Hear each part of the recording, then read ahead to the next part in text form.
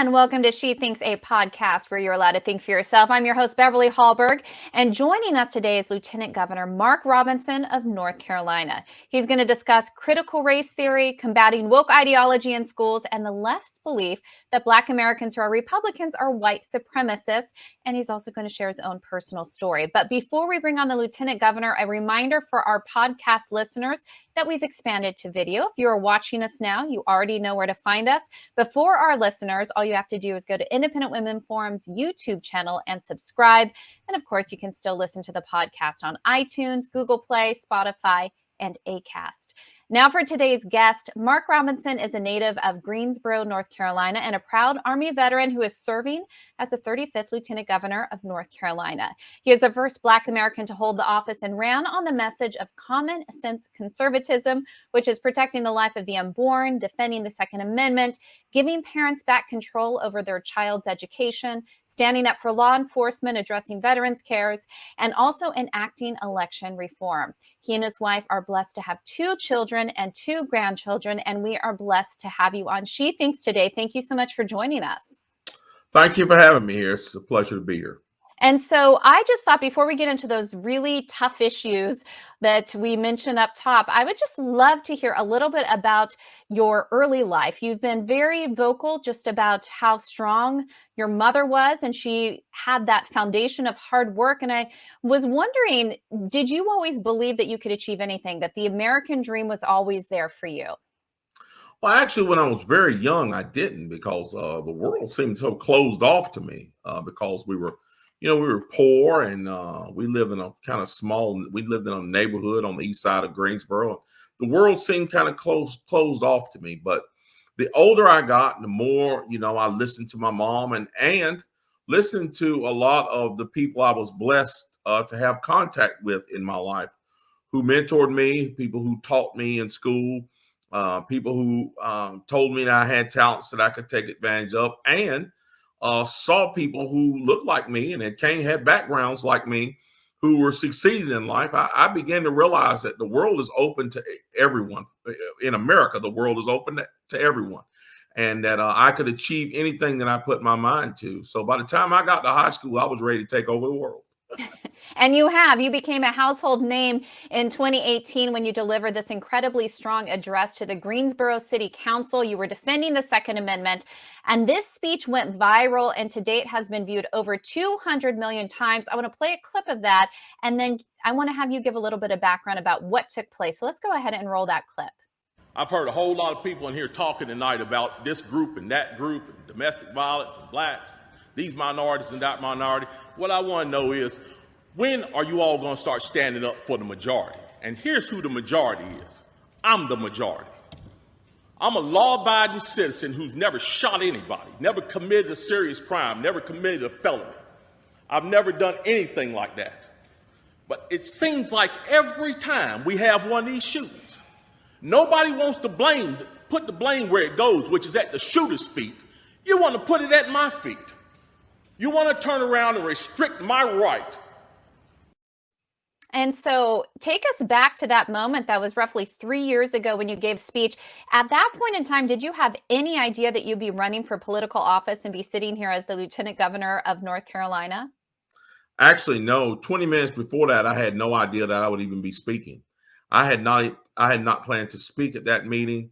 I had not planned to speak at that meeting. I had resigned myself to simply go and listen and kind of support the people who I felt like would be standing up for our Second Amendment rights. But after I heard some of the things that were said during the meeting, I got extremely frustrated, and I said, I've got to say something, and I guess the rest, they say, is history.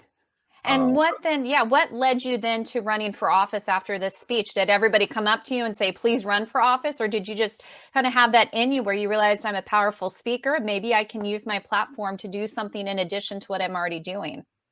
Well, after that speech, we received a ton of positive mail. All of the mail that we received was positive. Many of those folks were urging us to run for office, telling us they would support us. We had resigned not to do that. We said we were not going to run for office. But after people started to contact me and they said, they were talking to me about, monetizing this speech and making money off of it. I really just don't believe that God put me in the position to deliver that speech for the purposes of making money. I believe he did it for me to be able to help inspire people to stand up for their rights and to make some changes. And we just thought about it and said, what better way to make change and actually enter into, the field of politics and try to make some solid changes for the people in North Carolina. And so that's what we decided to do.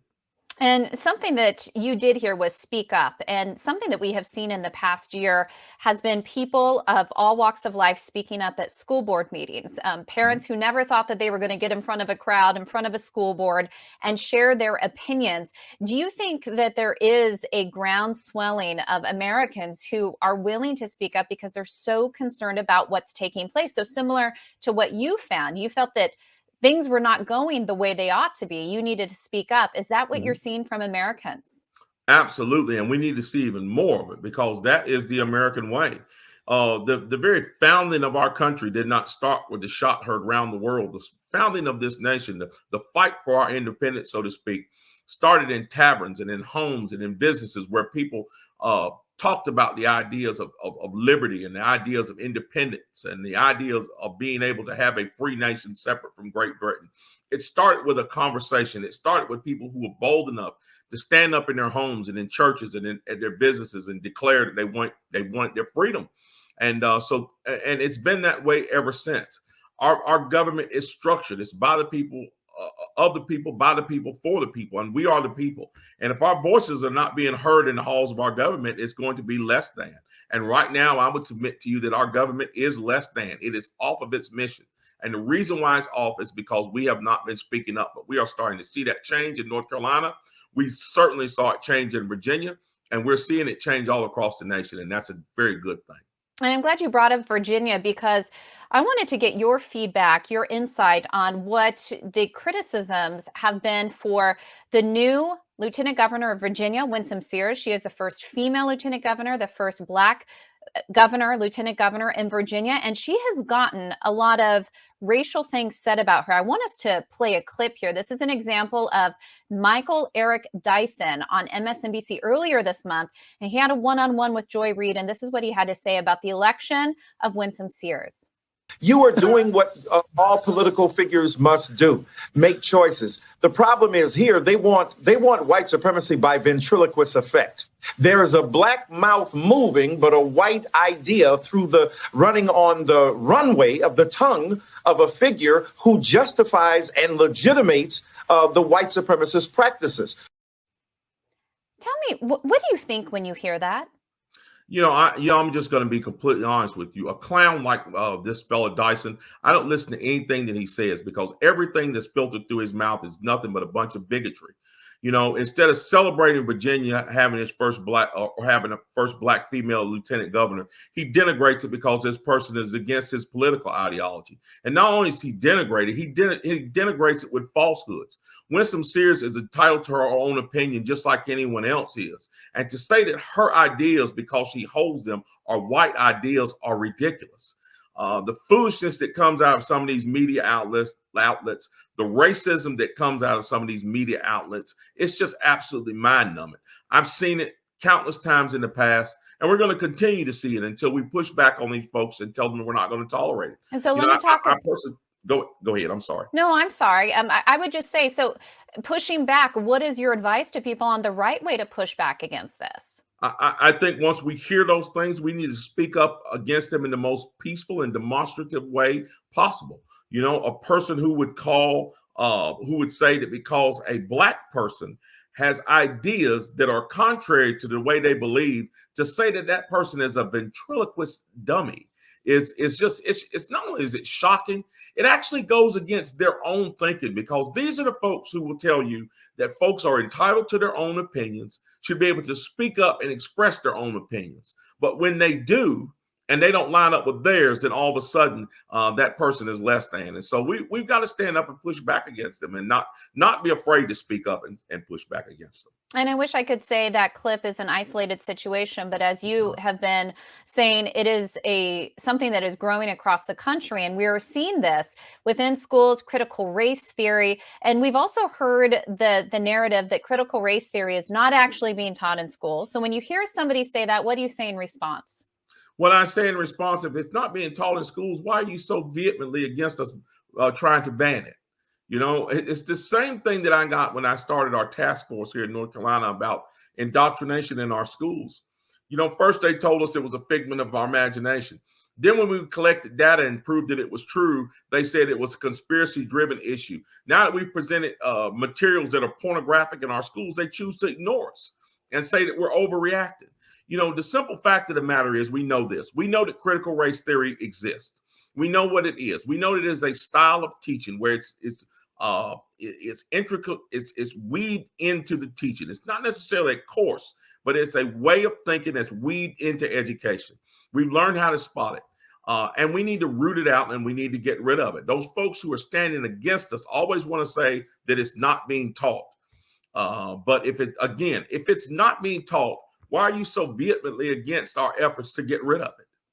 And when you think about how race is taught in schools, let's say go back to slavery, going back to the Civil War, do you think education in the past already did a sufficient job of talking about racial issues? Or are there things that we can learn that we need to implement into today? Or were we already doing a good job?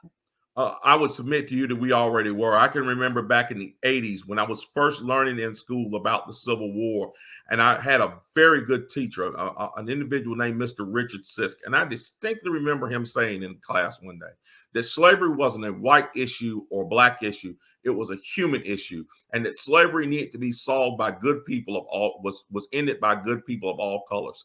And that's something that I remembered all of my life, and it's something I still believe in to this day. Look, we have got some terrible things in our past. We have the institution of slavery.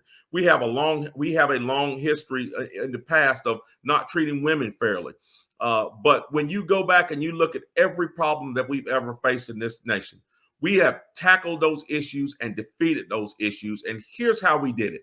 We did it together as Americans, not white Americans, not black Americans, but good people of all stripes, of all colors, coming together to defeat the evils that this country has faced. And that's what we need to be teaching our children in schools. We don't need to be trying to divide them. We need to bring them together we need to bring them together under that solemn unifier, which is we have defeated our problems together. We defeated slavery together. We defeated Jim Crow together. We defeated not the unfair treatment of women together. And we will continue to fight bigotry together if we remain unified. We can't do it if we're separate. And CRT will take us backwards, not forwards. And it's not just CRT. We also know that this woke ideology has already permeated business. I'm sure you see that in North Carolina on a regular basis. What have been your efforts when it comes to this push to identify people based on race and gender versus merit and who they are? It's going to bring a lot of misery to businesses. It's going to degenerate our society if we allow it to continue. It's going to degenerate our military if we allow it to continue. We have got to get back to looking at work ethic, to looking at who's qualified, to looking at the best candidate, not the color of their skin, not their gender. We've got to look at who's best for the job and decide by those standards. If we don't do that, we're going to pay dearly in the workplace, and we're going to pay dearly in our military and in other places. So we've got to get back to those standards, and we've got to get our young people to understand that as well. And I think for the most part, they do. And I know you're able to meet with people in the state of North Carolina on a regular basis and talk to them about these important issues.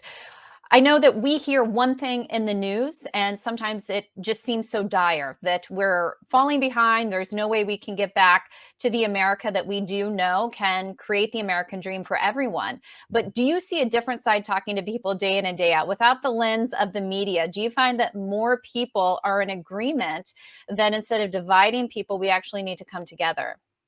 Absolutely. I absolutely believe that in my travels here and my experience so far as lieutenant governor. I see that people every day, more and more people are waking up. They're realizing that the mass media is not our friends. They're realizing that the extreme leftists are not our friends. They're not people who want the best for us. They simply want to be the elites who rule from on high while the rest of us scramble for existence. More Americans are waking up to see this, and the tide is turning. Virginia was just the tip of the iceberg, so to speak. I believe you're going to see Virginia all over this country come 2022 because Americans are now seeing the dreadful effects of leftist policy. They're seeing the invasion at our border. They saw the debacle in Afghanistan. They see the rising gas prices because we left being energy independent and are now back to being dependent on those who hate us across the globe for energy. They're seeing all these things. They're seeing these high prices in the grocery store because of the bad decisions that are being made by the Biden administration. And they are ready and ripe for a change. And I think in 2022, you're going to see it all across the country. And final question for you before we go. Just curious, what are some specific things that you are working on in your home state of North Carolina? Well, we're still working hard on the issue of education. Right now, what we're focused on, we want to take a deep dive into how some of this pornographic material has gotten into our school system. And we want to start holding people accountable for allowing those materials to be in our schools. We want our governor and our attorney general to either stand up for this stuff or stand with it. Whichever way, we need to know where they are on this because we're going to continue to fight to make sure our children are safe. South Carolina has already joined in this fight. Texas is now joined in this fight, and we hope other states will as well. Along with that, we're also going to start fighting to try to spread economic opportunity all across the state of North Carolina. North Carolina is an absolutely wonderful state, but we can do so many things so much better, and we're planning on making some moves to do that as well. So look for big things to be coming out of our office and look for some big things to be happening in North Carolina leading up to 2022. Well, as a recent resident of South Carolina, I appreciate a sister state joining us and helping in this fight. We so appreciate all that you're doing. There are definitely big fights ahead, and we appreciate you joining us on She Thinks. Lieutenant Governor of North Carolina, Mark Robinson, thank you so much. Thank you for having me. It was a pleasure. And before you go, Independent Women's Forum does want you to know that we rely on the generosity of supporters like you. An investment in IWF fuels our efforts to enhance freedom, opportunity, and well-being for all Americans. Please consider making a small donation to IWF by visiting iwf.org/donate. That's iwf.org/donate. Last, if you enjoyed this episode of She Thinks, do leave us a rating or a review on iTunes. It does help. And we'd love it if you shared this episode and let your friends know where they can find more She Thinks episodes. From all of us here at Independent Women's Forum, thanks for listening.